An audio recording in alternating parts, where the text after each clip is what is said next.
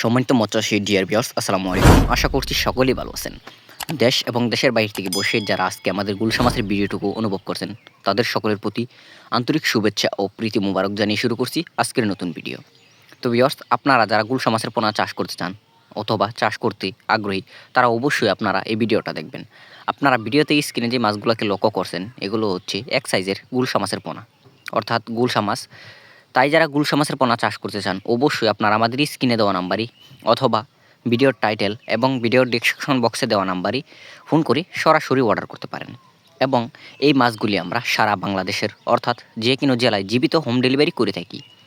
তাই যারা চাষ করতে চান, অবশ্যই আপনারা আমাদের কাছ থেকে নিয়ে এই মাছগুলো আপনারা আপনাদের পুকুর বা ফ্লক সহ যে কোনো সাধারণ জলাশয়, একক এবং অন্যান্য মাছের সাথে এই মাছগুলো আপনারা চাষ করতে পারবেন। এবং এই মাছটিকে যদি আপনারা চাষ করেন, অবশ্যই আপনারা কম সময়ে বাজার উপযোগী হবে বাজারজাত করতে পারবেন।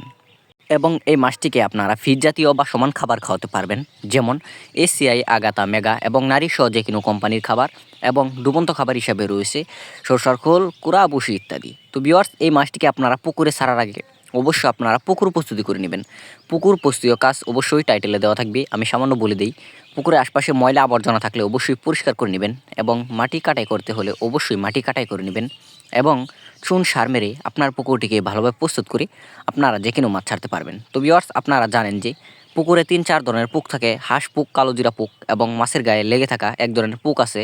ওই সমস্ত পোক যদি আপনার পুকুরে থাকে, অবশ্যই আপনারা মেরে তারপর আপনারা যে কোনো মাছ ছাড়লে অবশ্যই আপনারা কম সময়ে বাজারজাত করতে পারবেন। এবং আপনারা চাইলে অন্য আরও যে কোনো মাছের পোনা আপনারা চাইলে আমাদের কাছ থেকে নিয়ে আপনারা চাষ করতে পারবেন। তো ভিউয়ার্স, আজকের মতো ভিডিও এই পর্যন্তই। দেখা হবে পরবর্তী কোনো ভিডিওতে। ভিডিওটি ভালো লাগলে অবশ্যই লাইক, কমেন্ট, শেয়ার করবেন, এবং আমাদের চ্যানেলে নতুন হয়ে থাকলে অবশ্যই আমাদের চ্যানেলটিকে সাবস্ক্রাইব করে দিবেন। আল্লাহ হাফেজ, ধন্যবাদ।